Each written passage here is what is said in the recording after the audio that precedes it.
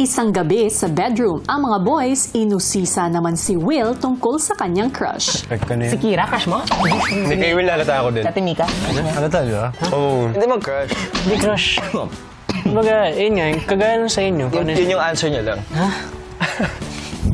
Ang cute mo pala, kiligin, no? Di, sige.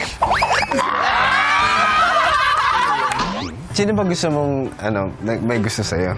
At bakit sa Mika yun?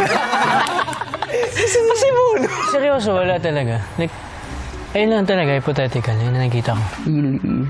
Bonding kayo sa games, ganun. Ay, oo, mag-game Ayun, siya. ayun, isa pa yun. No, kasi, na-meet ko na siya twice.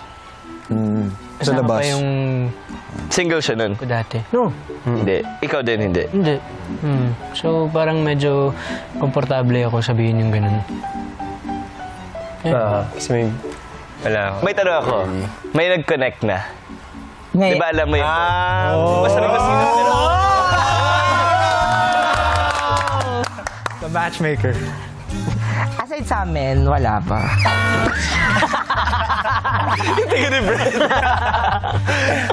Ay, meron! Oo, meron! Meron pala. Kay Ate Mika.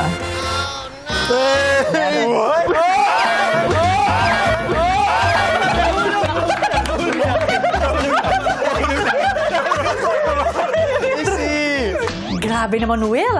Ang bilis mo namang ma-fall.